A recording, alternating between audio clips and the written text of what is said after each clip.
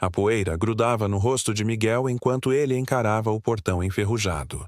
37 anos. Era o tempo que aquela chácara permanecia fechada, abandonada, esquecida por todos. Menos pelo homem que acabara de herdar aquela ruína. O advogado havia sido claro ao telefone. Seu tio Benedito faleceu. Deixou uma propriedade para você. Sinceramente, senhor Miguel, não sei se isso é uma bênção ou uma maldição. Miguel empurrou o portão. O rangido do metal cortou o silêncio da tarde como um grito de dor. Mato alto, madeira podre, vidros quebrados. A chácara era o retrato perfeito do abandono. Exatamente como ele se sentia por dentro.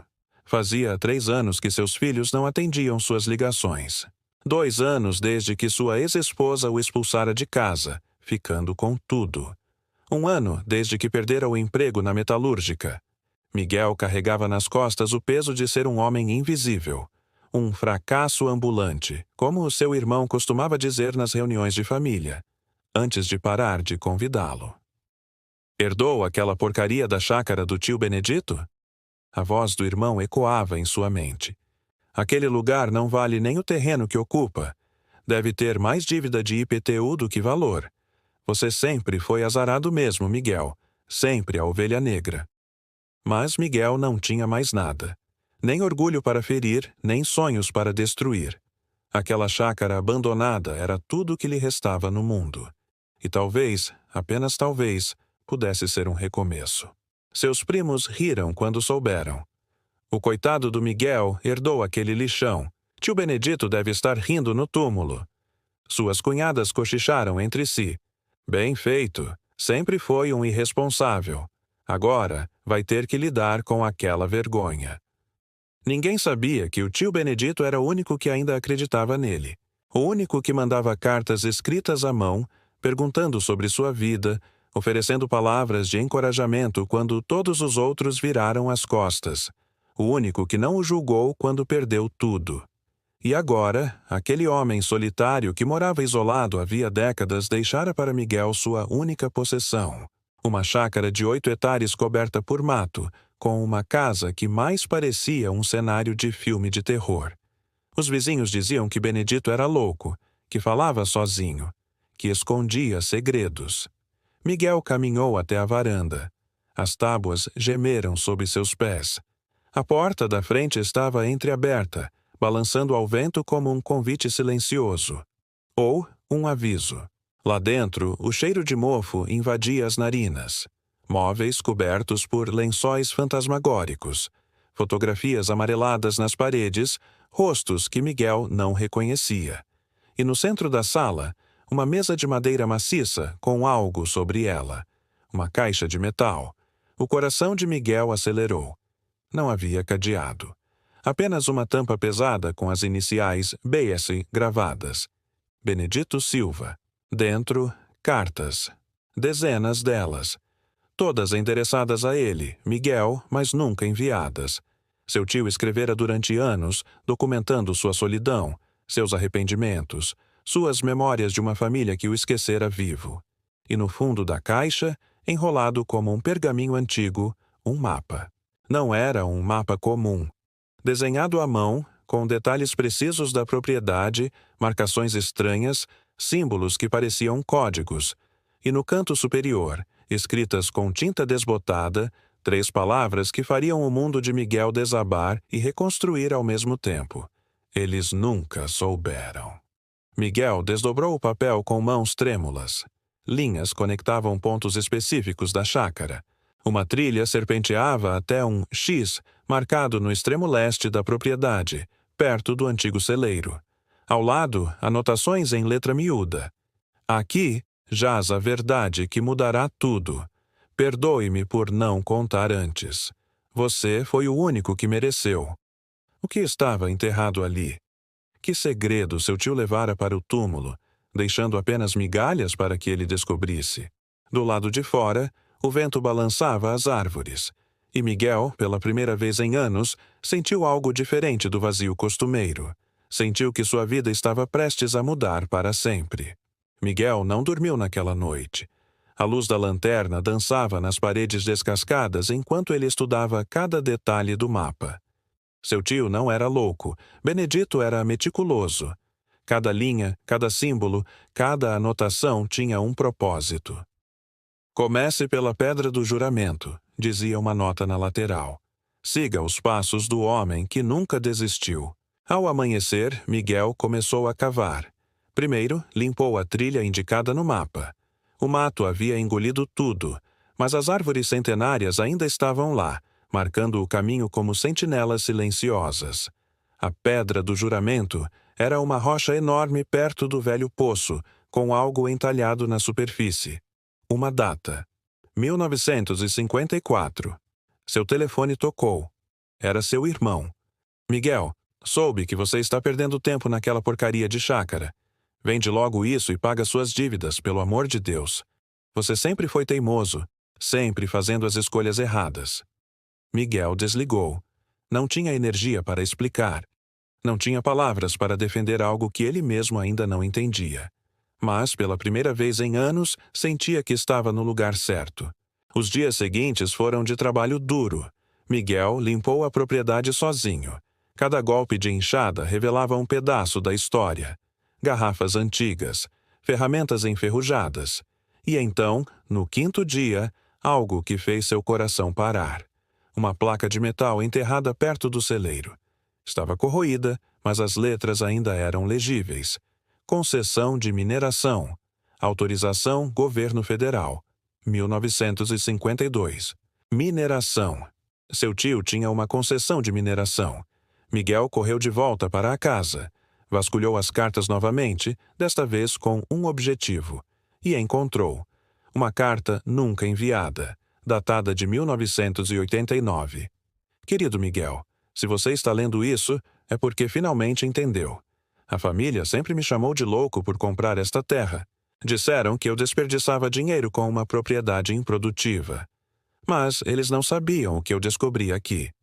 Não sabiam o que o governo me confirmou em 1952, antes de enterrar o processo em burocracia. Esta terra guarda algo que poucos lugares no Brasil possuem. Algo que vale mais do que todo o ouro de Minas Gerais. A mão de Miguel tremeu. Continuou lendo. Não contei a ninguém porque conhecia minha família. Conhecia a ganância. Conhecia como tratariam você, o diferente, o sensível, aquele que não se encaixava nos moldes deles. Guardei este segredo por décadas, esperando o momento certo. Esperando que você, entre todos, fosse digno de recebê-lo. Porque você tem algo que os outros perderam. Humanidade.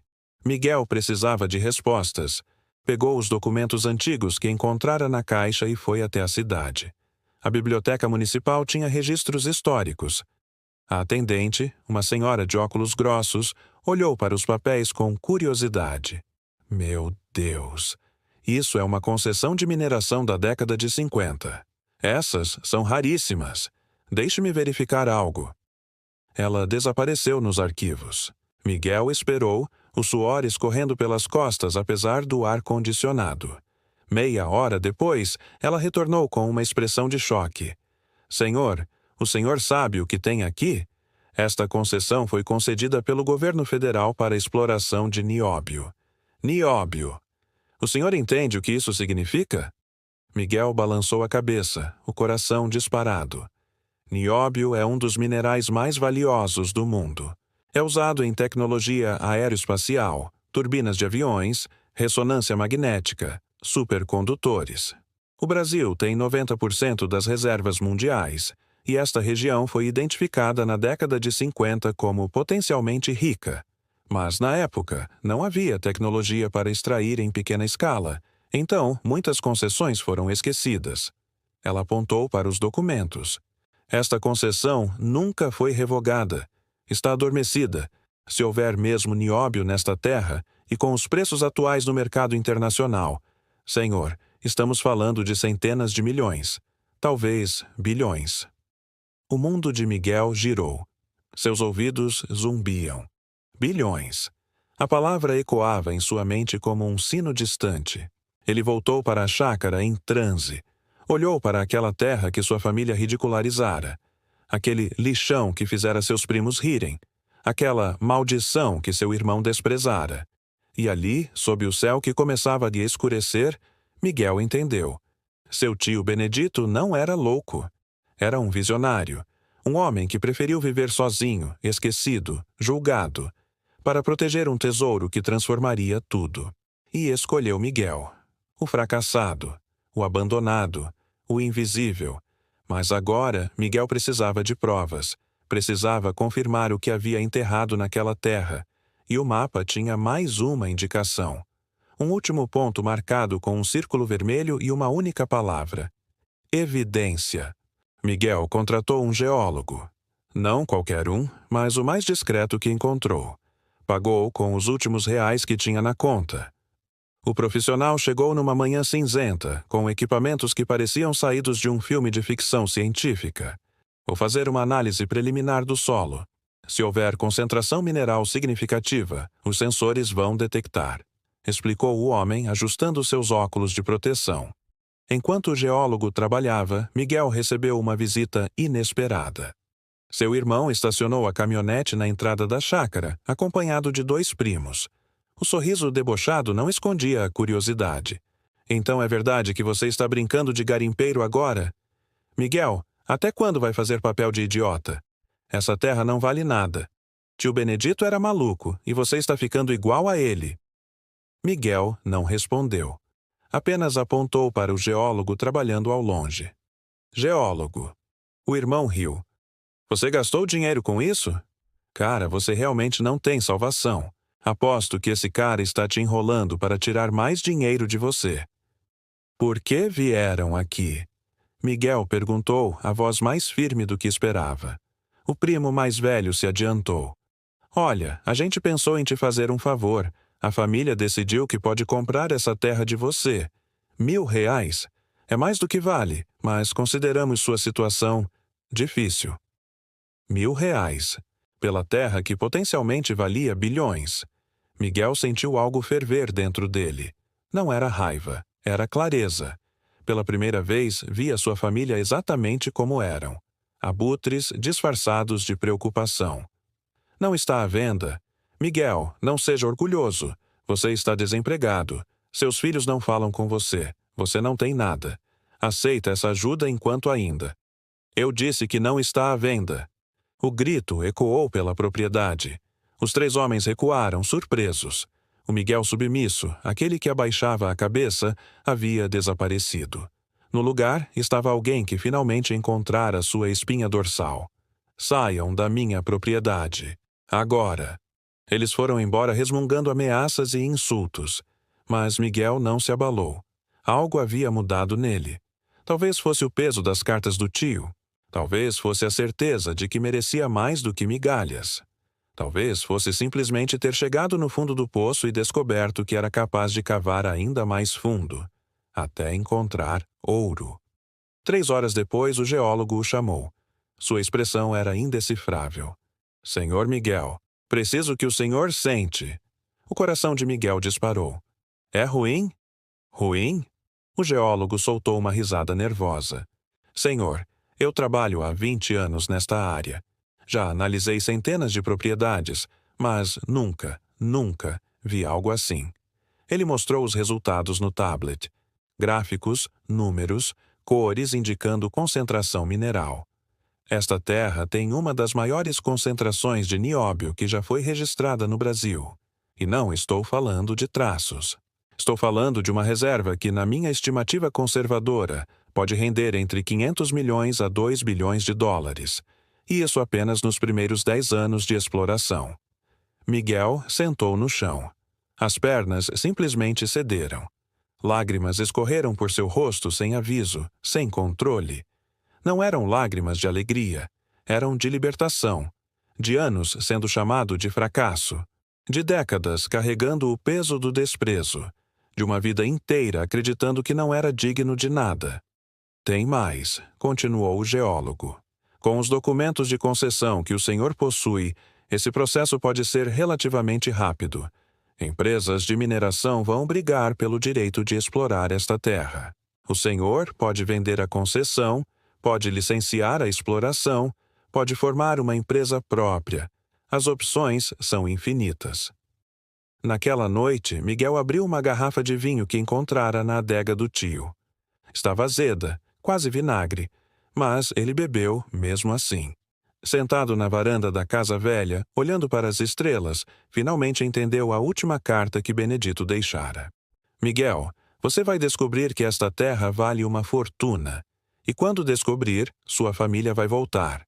Vão sorrir, abraçar, pedir perdão. Vão inventar desculpas para o abandono. Vão querer parte do que é seu. E nesse momento, você vai ter uma escolha: ser como eles ou ser como você sempre foi. Escolha com sabedoria, porque o dinheiro não muda quem somos, apenas revela. Miguel guardou a carta no bolso. Sabia que os próximos dias seriam intensos. A notícia vazaria. A família voltaria. O mundo que o ignorou bateria à sua porta com sorrisos falsos e mãos estendidas. Mas ele estava pronto, porque finalmente entendera. Não herdara apenas uma chácara. Herdara a chance de reescrever sua história. E desta vez, ele seria o autor de seu próprio destino. Do portão, faróis se aproximavam. Mais visitas. O circo estava apenas começando.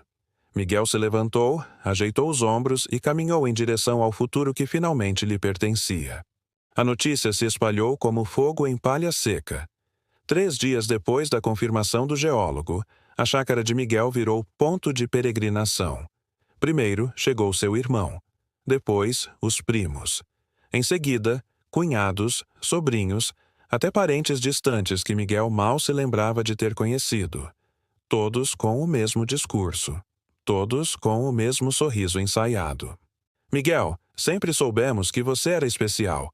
Lembra quando te ajudei naquela mudança? Somos família, irmão. O mesmo que o chamara de fracassado agora o abraçava com lágrimas nos olhos. Primo, a gente sempre foi unido. Lembra dos natais na casa da vovó? Precisamos comemorar juntos essa bênção. Os mesmos que riram da herança agora traziam champanhe e sorrisos plastificados. Até sua ex-esposa apareceu. Maquiada, perfumada, com aquele vestido que ela sabia que ele gostava. Miguel, cometi um erro. Eu estava confusa, pressionada, mas sempre te amei. Os meninos sentem sua falta. Podemos recomeçar, reconstruir nossa família. A mesma que o expulsara de casa sem olhar para trás. Miguel os recebeu a todos, serviu café. Ouviu as histórias revisadas, as memórias inventadas, as desculpas elaboradas. E, silenciosamente, tomou sua decisão. Contratou os melhores advogados do estado. Formou uma empresa de gestão de recursos minerais. Negociou com 3 gigantes da mineração internacional. Quando finalmente assinou o contrato de exploração, o valor bateu em $800 milhões pelos primeiros 10 anos, com participação vitalícia nos lucros. Mas Miguel não comprou mansões. Não comprou carros importados. Não postou fotos em redes sociais. Sua primeira ação foi localizar seu tio Benedito no cemitério municipal. A lápide era simples, barata, sem flores. Miguel encomendou um mausoléu digno, em mármore negro, com os dizeres: Benedito Silva, o homem que enxergou valor onde todos viam ruína. Depois procurou os filhos, não com dinheiro, mas com uma carta escrita à mão, como as que o tio Benedito escrevia. Meus filhos, passei anos tentando provar meu valor através de coisas materiais que nunca tive. Hoje tenho mais do que sonhei, mas aprendi que isso não conserta o passado. Não posso comprar o tempo que perdemos. Não posso apagar minhas falhas como pai. Mas posso estar presente daqui para frente se me derem essa chance. Não como o homem rico que me tornei, mas como o pai que sempre quis ser. Seu filho mais velho respondeu 3 semanas depois. Apenas: podemos conversar? Foi o suficiente. Não seria fácil, não seria rápido, mas era um começo. Para sua família, Miguel criou um fundo. Não dividiu sua fortuna, mas estabeleceu que qualquer familiar que precisasse de ajuda genuína, doença, educação, necessidade real, teria suporte. Não caridade, dignidade. Quando seu irmão exigiu sua parte da herança, Miguel apenas mostrou o testamento do tio. Ali estava claro: deixo tudo para Miguel, pois ele foi o único que me visitou quando estive doente, o único que ligou em meus aniversários, o único que não me procurou apenas quando precisava de algo. Você teve 30 anos para ser família, Miguel disse calmamente. Escolheu não ser. Agora não pode comprar de volta esse tempo. Miguel investiu em projetos sociais na região, construiu uma escola profissionalizante, financiou tratamentos médicos para famílias sem recursos, empregou pessoas que, como ele, haviam sido descartadas pelo sistema. Cada centavo gasto era intencional, significativo. A chácara abandonada se transformou em um centro de preservação ambiental. Miguel manteve a casa do tio exatamente como estava, transformando-a em memorial. Visitava semanalmente, sentava na mesma varanda e conversava com a memória do homem que acreditou nele quando ninguém mais acreditava. 2 anos depois, em um domingo chuvoso, Miguel recebeu um envelope. Dentro, um desenho. Seu neto, que ele conhecera apenas 3 meses antes, havia desenhado a chácara com lápis de cor. No alto, em letras tortas, Casa do Vovô, o lugar onde tudo começou. Miguel colocou o desenho na parede, ao lado das cartas do tio Benedito. Ali estava a verdadeira riqueza. Não nos bilhões em sua conta, mas na reconexão com seus filhos, na oportunidade de ser avô, na chance de reescrever o final de sua história. O homem invisível havia se tornado visível, não pelo dinheiro, mas pela escolha de usar sua segunda chance para criar algo maior que ele mesmo. À noite, quando todos já haviam ido embora, Miguel caminhava pela propriedade. O vento balançava as árvores centenárias. Em algum lugar distante, máquinas de mineração trabalhavam, extraindo riquezas das profundezas da terra. Mas a maior riqueza já havia sido extraída. Não estava no nióbio. Estava nas cartas de um tio solitário. Na sabedoria de reconhecer que ser esquecido pelo mundo não significa ser esquecido por quem realmente importa. Miguel olhou para o céu estrelado e sussurrou: "Obrigado, tio, por acreditar no invisível." E pela primeira vez em décadas, sentiu que finalmente estava em casa. Não na chácara, mas em sua própria pele, em sua própria história, em sua própria redenção. A justiça, às vezes, é invisível, até que não seja mais.